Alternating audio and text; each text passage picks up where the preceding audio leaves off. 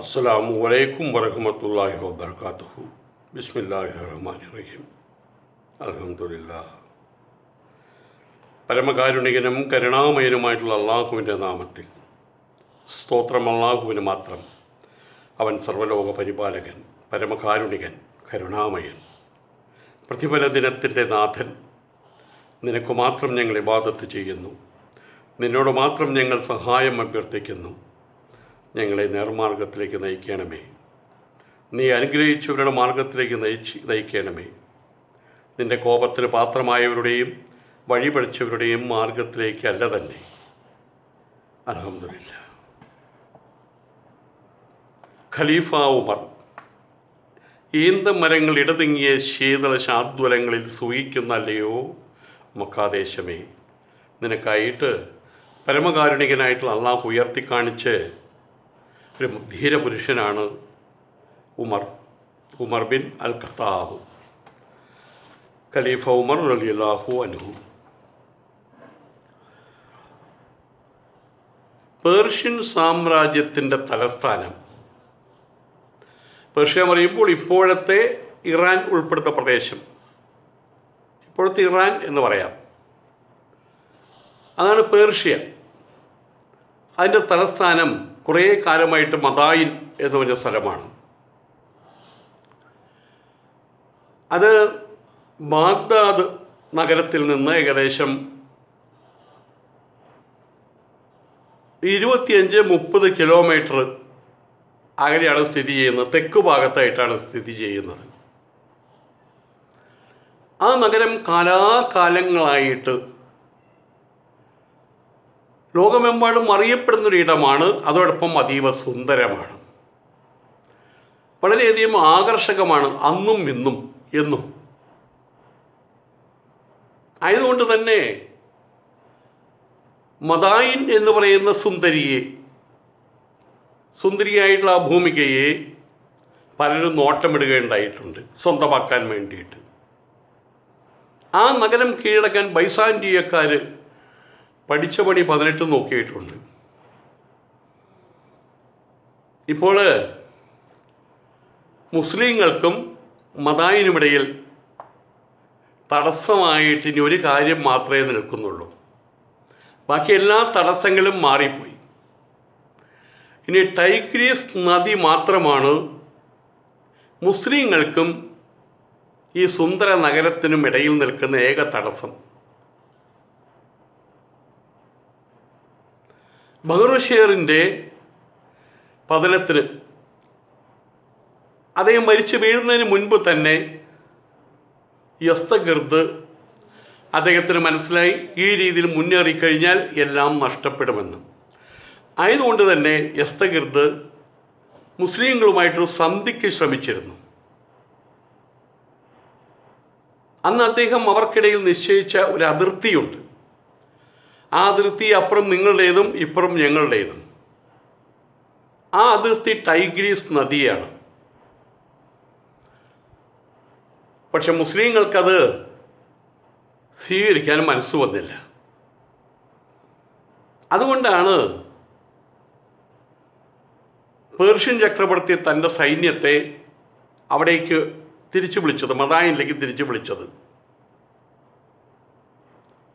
Sayyid bin Abi വഖാസും കൂട്ടുകാരും വലിയ കവണകൾ ഉപയോഗിച്ച് ബഹ്റുഷേറിലെ കോട്ട, ആ കോട്ടമതിലിൻ്റെ പുറത്ത് നിന്ന് അകത്തേക്ക് വലിയ കല്ലിൻ്റെ കഷ്ണങ്ങൾ എറിഞ്ഞു. ഒരു പ്രതികരണവും ഉണ്ടായില്ല. ആയതുകൊണ്ട് ഒരു കാര്യം ഉറപ്പായി, അതിനകത്തിന് ആരുമില്ല, അതിനകത്ത് പ്രതിയോഗികളില്ലെന്ന് ഉറപ്പായി.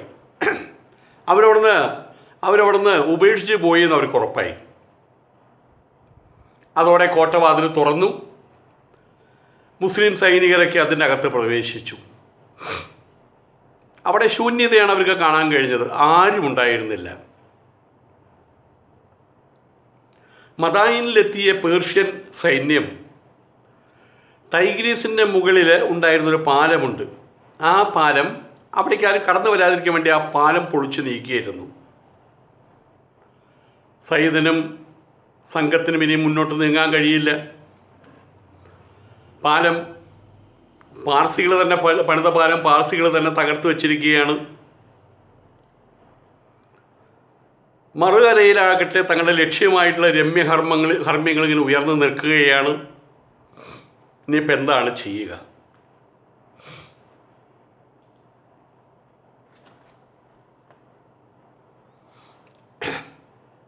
ഒടുവിൽ സൈന്യത്തിൽ നിന്ന് തന്നെ ഒരാൾ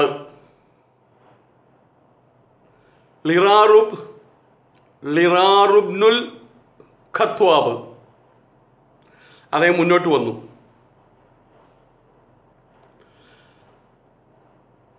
അദ്ദേഹം വളരെ വിസ്മയത്തോടു കൂടിയിട്ട് ഉറക്കെ വിളിച്ചു പറഞ്ഞു, അല്ലാഹു അക്ബർ. കോസ്റോസിൻ്റെ കൊട്ടാരമാണത്. അല്ലാഹു തൻ്റെ ദൂതന് വാഗ്ദാനം ചെയ്ത കൊട്ടാരം. ഇത്രയും കേട്ടപ്പോൾ എല്ലാ ഭാഗത്തും തക്ബീർ ധ്വനികൾ ഉയർന്നു.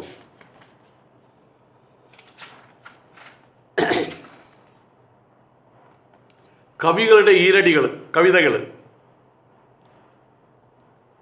സഞ്ചരിക്കാൻ താല്പര്യമുള്ളവരുടെ കഥകൾ, വരാക്കഥകൾ, അവരുടെ സുഖനിദ്രകളിൽ അവർക്ക് സ്വപ്നത്തിൽ മാത്രം കണ്ടെത്തിയ മനോഹരമായിട്ടുള്ള ദൃശ്യം അവരുടെ മനസ്സുകളുടെ മുമ്പിലെന്ന പോലെ കണ്ണുകളിലും, ഇതുവരെ മനസ്സുകളിൽ മാത്രമാണ് നിറഞ്ഞു നിന്നിരുന്നത്, ഇപ്പം കണ്ണുകളിലും ആ സത്യം ഇങ്ങനെ തുളുമ്പി നിൽക്കുകയാണ്. ആ കാലഘട്ടത്തിലുണ്ടായിരുന്ന അത്ഭുതങ്ങൾ, സമസ്ത അത്ഭുതങ്ങൾ, അതിനെല്ലാത്തിനെയും പിന്നിലാക്കുന്ന കിസ്രായുടെ കൊട്ടാരത്തിൻ്റെ അകത്തളങ്ങളിൽ അള്ളാഹുവിൻ്റെ മഹത്വം ഉദ്ഘോഷിക്കുന്ന മുദ്രാവാക്യങ്ങൾ ഉയർത്തിയേ തീരൂ. കൊട്ടാരക്കെട്ടിനകത്ത് ഉയർത്തണം. അതിനായിട്ട് അവരുടെ അന്തരംഗം തുടിച്ചു, അവരുടെ ആത്മാക്കൾ വെമ്പി. തൻ്റെ കീർത്തിമുദ്രയായിട്ട് കാലങ്ങളിലൂടെ നിലനിൽക്കാൻ ക്രിസ്തുവിന് ശേഷം 550 കിസ്ര നൗഷേർവാൻ പണി കഴിപ്പിച്ച ആ സുന്ദര സൗധം, അതിൻ്റെ മുകളിൽ മനുഷ്യമോചനത്തിൻ്റെ മോഹന പ്രതീക്ഷകളുടെ പ്രതീകമായിട്ടുള്ള ഇസ്ലാമിൻ്റെ കൊടിക്കൂറ ഉയർത്താൻ, പതാക ഉയർത്താൻ സൈനികരുടെ അന്തരംഗം അതിയായിട്ട് ആഗ്രഹിച്ചു. അത് പിന്നീട് ഒരു ആവേശമായിട്ട് മാറി. വിശ്വാസ ചൈതന്യം, ആ ചൈതന്യത്തിൻ്റെ ആളിക്കത്തുന്ന അഗ്നി, ആ അഗ്നിയിലെ സേനാനായകനായിട്ടുള്ള സയ്യിദ് അസാമാന്യമായിട്ടുള്ള ആത്മധൈര്യത്തിൻ്റെ എണ്ണ ഒഴിച്ചുകൊണ്ടിരുന്നിരുന്നു. അദ്ദേഹം പറഞ്ഞു, സഹോദരങ്ങളെ, ശത്രുക്കളൊക്കെ നദിയിൽ അഭയം പ്രാപിച്ചിരിക്കുകയാണ്. എല്ലാ മാർഗങ്ങളും അടഞ്ഞു കഴിഞ്ഞു അവർക്ക്. അതുകൊണ്ടാണ് അവരങ്ങനെ ചെയ്തത്. അതുകൊണ്ടാണ് നദി കുറുകെ കിടക്കാൻ പാലം പൊളിച്ചു കളഞ്ഞത്. നദിയാണ് ഇന്ന് അവരെ രക്ഷിക്കുന്നത്. അവരെ രക്ഷിക്കാൻ കഴിയില്ലെന്ന് അവർക്ക് ബോധ്യമായി. ആയതുകൊണ്ട് തന്നെ നദിയുടെ മുമ്പിൽ താണു വീണ് കിടക്കുകയാണ്, ഞങ്ങളെ രക്ഷിക്കൂ എന്ന് പറഞ്ഞിട്ട്. ഇതിനൊരു പരിഹാരം കാണേണ്ടതുണ്ട്.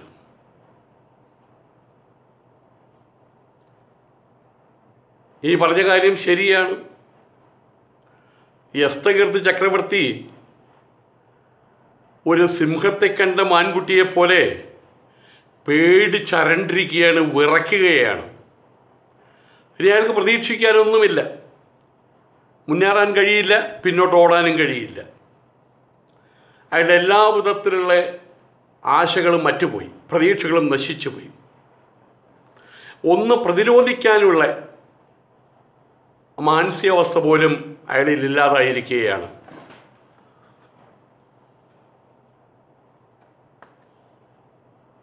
പ്രതിയോഗികൾ ടൈഗ്രിസ് മറികടന്നു വന്നാൽ കഴിഞ്ഞു. യസ്തഗിർദിൻ്റെ സാമ്രാജ്യം അഥവാ യസ്തഗിർദ് അവിടെ അവസാനിക്കുകയാണ്. അത് നദി മുറിച്ചു കടക്കുന്നത് തടയാൻ വേണ്ടി പുഴക്കടവിൽ പോയിട്ട് പൊരുതണം. അതുമാത്രമേ മാർഗമുള്ളൂ. വിശാലമായിട്ടുള്ള നദി മുറിച്ചു കടക്കുക എളുപ്പമല്ല, കുത്തൊഴുക്കാണ്.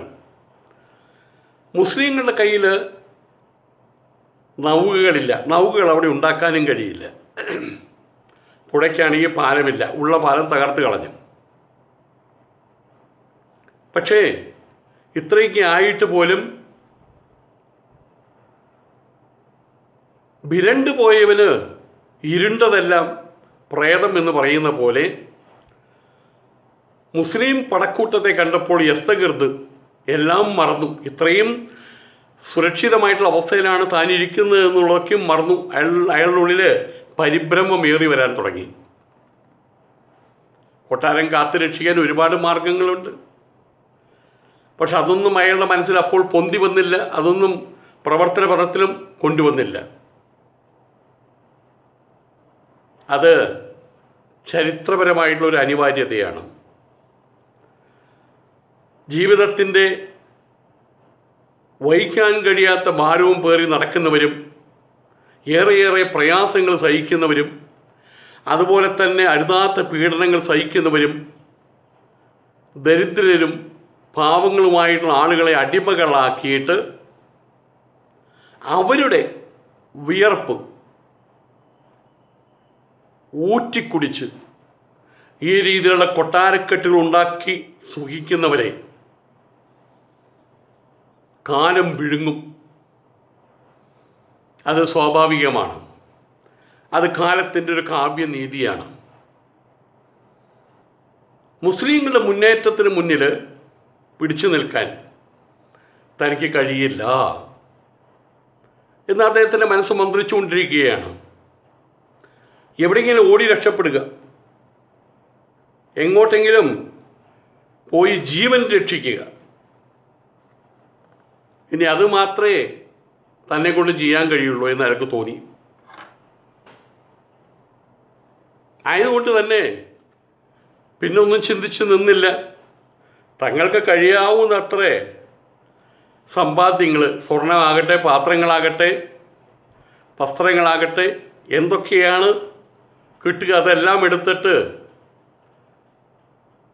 അവിടെ വിടാൻ അദ്ദേഹം കൽപ്പിച്ചു.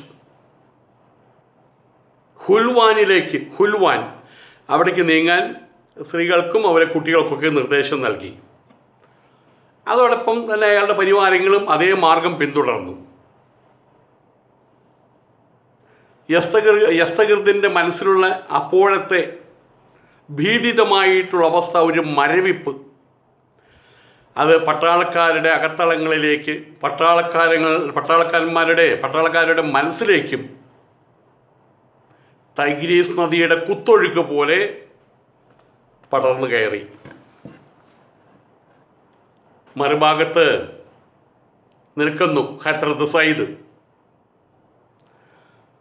ചെങ്കടൽ മുറിച്ചു കടന്ന് മൂസാ നബിയുടെ വടി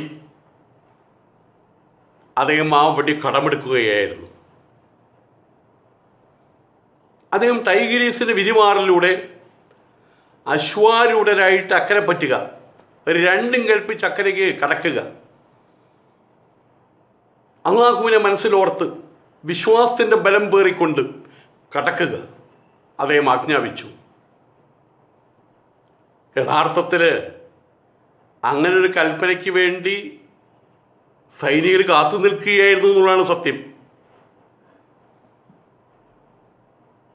സാഹസികമായിരിക്കുന്ന അതിസാഹസം എന്ന് ചരിത്രം രേഖപ്പെടുത്തിയ ആ യാത്രയ്ക്ക് മുമ്പ്, നദി മുറിച്ച് കടക്കുന്നതിന് മുൻപ് സയ്യിദ് എല്ലാവരോടുമായിട്ടൊരു ചെറിയ പ്രഭാഷണം നിർവഹിച്ചു. ആ പ്രഭാഷണം അവരെ വലിയ രീതിയിൽ ഉത്തേജിതരാക്കി. അവർക്ക് ആത്മധൈര്യം പകർന്നു കിട്ടി. മനുഷ്യ ചരിത്രത്തിൽ അപൂർവമായിട്ട് മാത്രം കാണപ്പെടുന്ന അതീവ മഹത്വവും ധീരോദാത്തവുമായിട്ടുള്ള ആ സംരംഭം, ആ സാഹസം, അതിനവർ പരിപൂർണമായിട്ട് സജ്ജരായി മാറിക്കഴിഞ്ഞു. അങ്ങനെ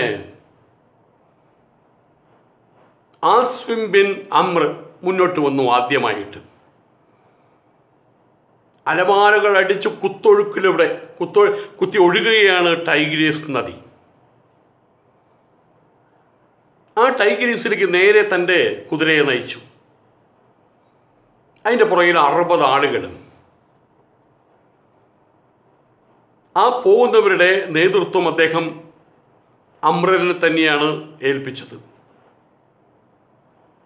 540ഓളം ആളുകളാണ് കരയിൽ ഒരുങ്ങി നിൽക്കുന്നത്, യാത്രയ്ക്കായിട്ട് ഒരുങ്ങി നിന്നിരുന്നത്. ആസിം ബിൻ അമ്ർ തൻ്റെ കൂടെയുള്ള യാത്രികർക്ക് ആവേശം പകർന്നു കൊടുത്തു. മറുകരയിൽ കുറേ പാർസികളോട് ഒരുങ്ങി നിൽക്കുന്നുണ്ട്, രണ്ടും കൽപ്പിച്ചിട്ട് അവരെ നേരിടാൻ ഒരുങ്ങി നിൽക്കുകയാണ് അവിടെ. ഖക്കാബ് ബിൻ അമ്രിൻ്റെ ഖക്കാബ്നു അമ്രിൻ്റെ ശബ്ദയിൽപ്പെട്ടു അക്കാര്യം. അതിനാൽ അവശേഷിക്കുന്ന ആളുകളെ കൂടി പിന്നാലെ അയച്ചു. ആത്മീയമായിട്ടുള്ള ഔന്നത്യം, ആത്മീയമായിട്ടുള്ള ഉത്കർഷം, മാനസികമായിട്ടുള്ള ഔന്നത്യം, അത്ഭുത സിദ്ധികൾ, ഇതുകൊണ്ട് മാത്രം സാധിച്ചെടുത്ത ഈ മാസ്മരികമായിട്ടുള്ള യാത്ര ശത്രുക്കൾ പോലും നോക്കിക്കണ്ടത് ആശ്ചര്യഭരിതരായിട്ടായിരുന്നു. അവർ നോക്കി നിൽക്കുകയാണത്. ഇങ്ങനെയുണ്ടോ പടയാളികൾ എന്ന അർത്ഥത്തിൽ. അവർ സ്വയം അറിയാതെ ശത്രുക്കൾ പോലും, അത് നോക്കിക്കണ്ടവർ പോലും അവരുറക്കെ വിളിച്ചു പറഞ്ഞു, ദേവന്മാരാണ് വരുന്നത്, ദേവന്മാരാണ് വരുന്നത്. നിങ്ങൾ നേരിടാനിരിക്കുന്നത് മനുഷ്യരെയല്ല ജിന്നുകളെയാണ്.